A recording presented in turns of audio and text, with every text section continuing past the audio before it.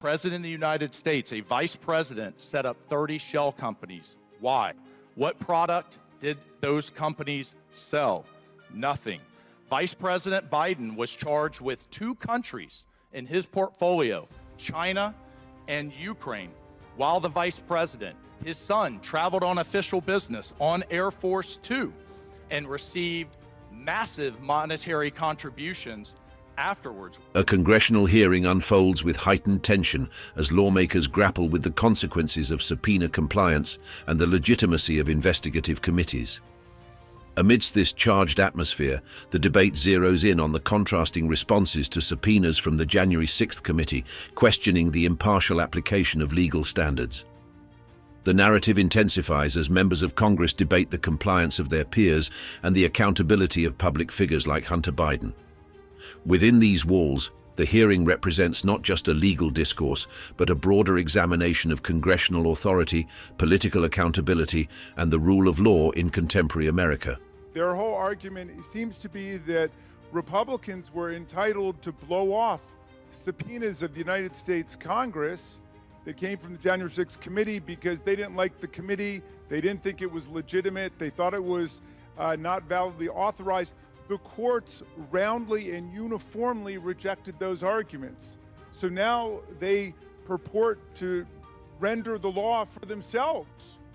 If they don't want to comply with the subpoena, they won't, and yet they would now hold other witnesses like Hunter Biden to a standard they won't accept for themselves. That's a remarkable thing. I started off this hearing, Mr. Chairman, by saying we believe that everybody should respond in good faith to the subpoenas of the United States Congress. Now, Mr. Biden asserts that he responded in good faith to what you repeatedly publicly asked him to do.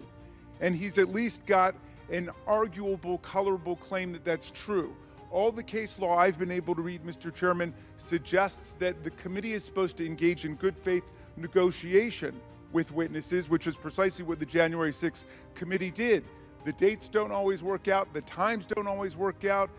Some people want to assert a privilege, some people don't. There are certain questions that are agreed to or not, so there are negotiations. But as I read at the beginning of this Will hearing, the gentleman take a question? but I will as soon as I get to that. Excuse me, it's my time. Oh. Mr. Raskin. Thank you, Mr. Conley. Why is the committee not engaged in that negotiation with Hunter Biden? I just don't understand that. I mean, he's a guy who appears to be 99% willing to do what you even asked him to do in the written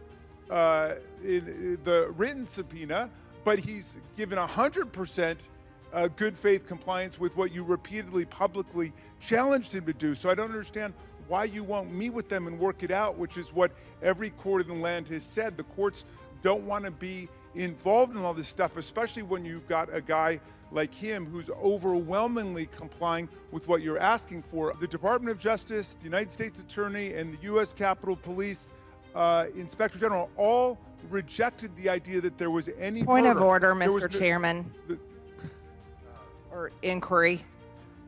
There's no such thing. There's never been a court hearing. Mr. Chairman, we agreed. Michael Byrd was never charged. Reclaiming order here. The time is Mr. Conley's. I yield back to Mr. Conley. Thank you, Mr. Chairman. But I will submit for the record a document entitled Department of Justice Closes Investigation into the Death of Ashley Babbitt, United States Capitol Police. Document USCP completes internal investigation into the January 6th officer-involved shooting. I think it was a scandal. It was a tragedy that people died because Donald Trump put them at risk, as many of the former insurrectionists are now willing to say publicly. As the inquiry intensifies, the debate over compliance with congressional subpoenas reaches a fever pitch. The argument that select committee members themselves defied subpoenas while expecting others to comply stirs controversy. The spotlight turns to Hunter Biden's willingness to engage, contrasting with past refusals, sparking questions of double standards and the fair application of the law. The discussion cuts to the core of congressional authority, challenging the very fabric of oversight and accountability in the democratic process. I do feel compelled to respond to this. We have engaged in good faith negotiation. We've offered every witness a narrow scope of topics, documents in advance. They can choose the date. Hunter Biden's lawyer has not engaged with the committee regarding Hunter Biden. Chair now recognizes Mr. Did you Waltz, respond to their our letters newest to member, offer to for 5 cooperate, minutes. sir? Mr. Chairman, did you respond to their lawyer's offer to cooperate with the committee and meet with the committee? It was, but I mean, this was entirely predictable. I think what we were going to hear and see today. We saw that Hunter came and staged a PR stunt with my friend from Florida, Mr. Moskowitz. That was clearly organized and recognized. But what I'm hearing from the ranking member and his colleagues that claim that transcripts are subject to, quote, partisan and twisted leaks and distortions is incredibly rich. Let's talk about calling the kettle black first.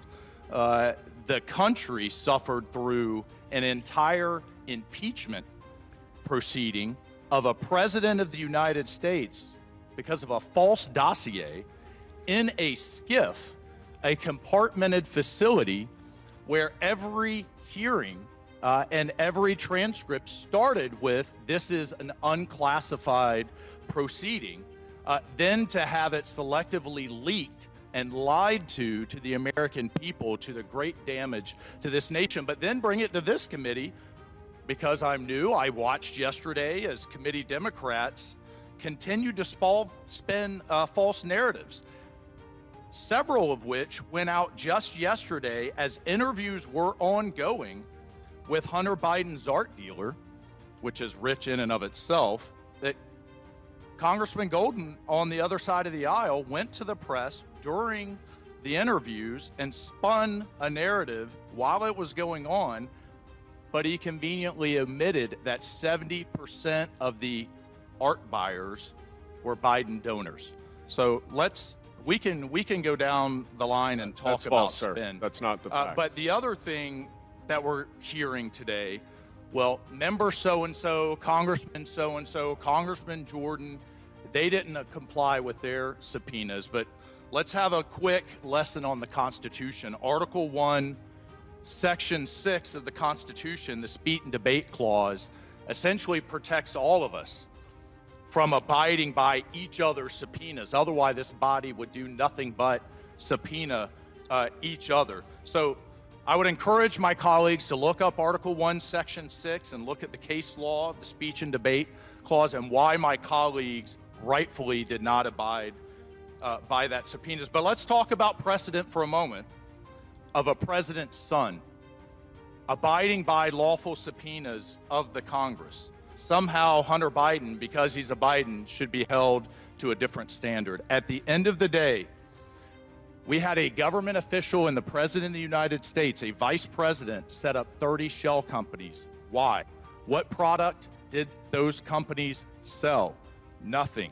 Vice President Biden was charged with 2 countries in his portfolio, China and Ukraine. While the vice president, his son, traveled on official business on Air Force Two and received massive monetary contributions afterwards. We have laws in place, colleagues, that prevent foreign powers from influencing government officials. Were policies changed as a result of the dinners, the calls, the text messages that we know President Biden engaged in through his son? We have a duty to get to the bottom of it. We will reference this contempt, and we will see if the Attorney General will uphold a fair standard of the law. The session concludes amidst a tumult of unresolved issues, leaving a trail of discord on the nature of legal compliance and the transparency expected of public figures. The clash over Hunter Biden's actions versus those of committee members reflects deeper divisions, suggesting a landscape of selective accountability. As the curtain falls on this heated exchange, the call for equitable standards in upholding the law resonates, underscoring the need for integrity across the board.